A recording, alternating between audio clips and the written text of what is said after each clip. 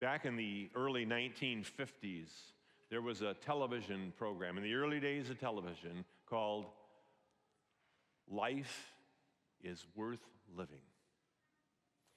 It was hosted by Bishop Fulton J. Sheen, and he spoke the gospel.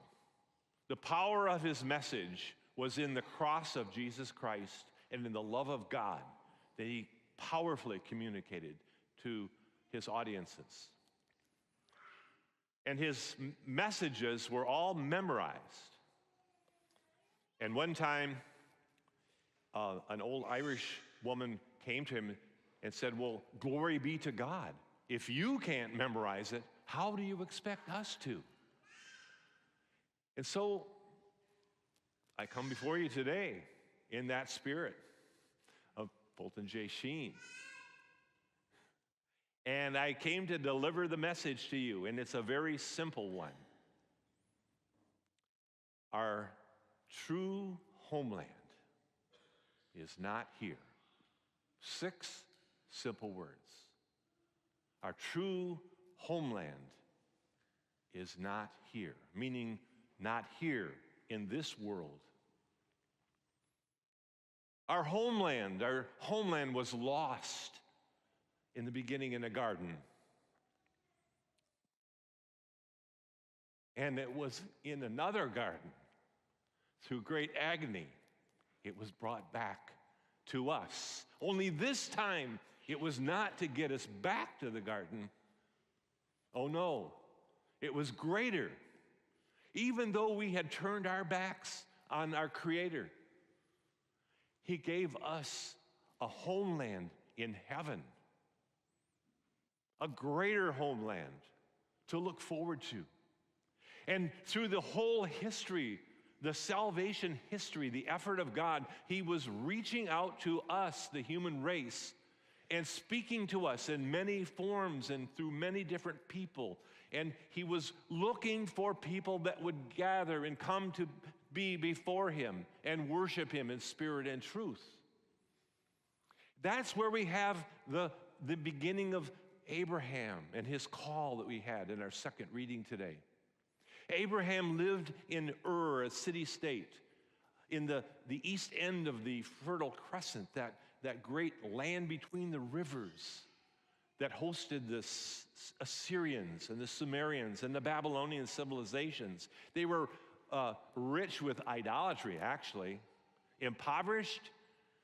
And in that city of Ur was a great ziggurat, one of these big temples that was constructed in honor of the moon god, Nana, who was supposed to control the cycles of life and in this earth.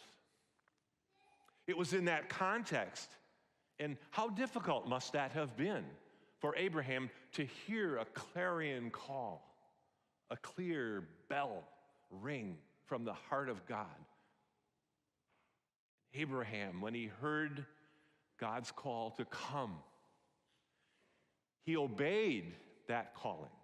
The tense of the verb implies that he immediately obeyed.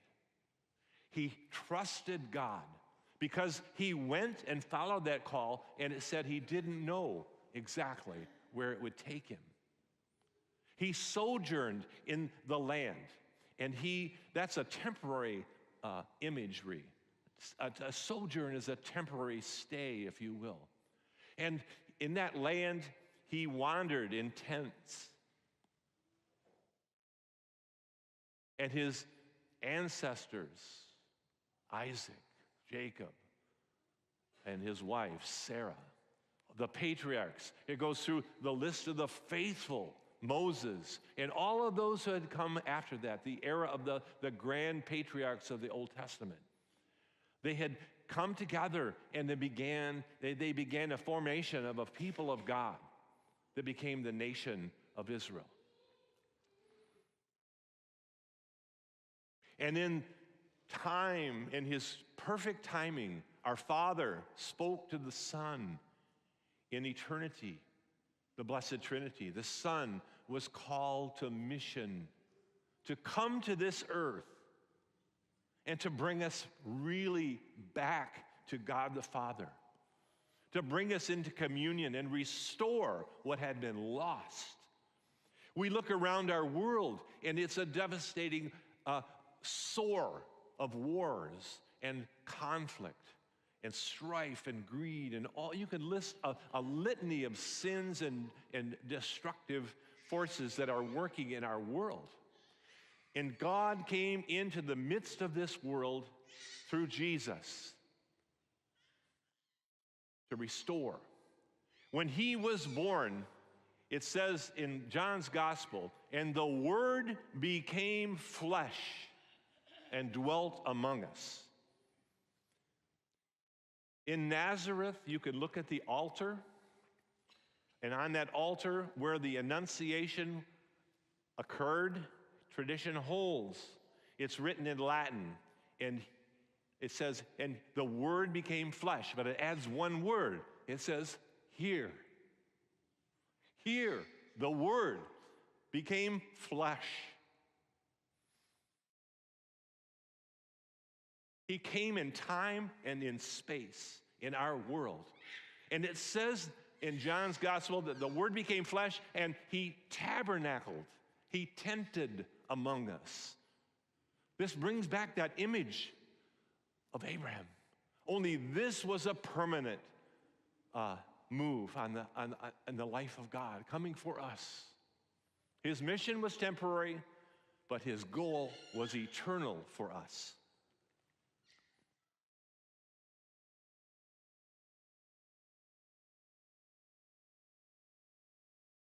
George Haydock was a great British scholar of the Bible. He wrote a commentary years ago. He was born in the late 18th century and lived into the 19th century. Haydock's commentary, it's a very good resource.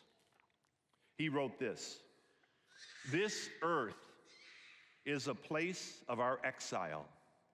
Heaven is our true country. Let us then live here as strangers and pilgrims, looking forward with anxious desires for our true country, the land of the living in the bosom of our God." And while we are on this pilgrimage, this journey, our mission is to love the Lord our God with our heart, soul, strength, everything that we have, and our neighbor as ourselves, and to bring everyone that we can to the table of the Lord where he feeds us with his very life. He gives us the kingdom. In Luke's gospel reading today, he says, the Father is pleased to give us the kingdom. And so we turn to him now, and we receive him, and we look forward to that kingdom where there will be no end, where there will be rest from all of our labors. Because our true homeland is not here. God bless you.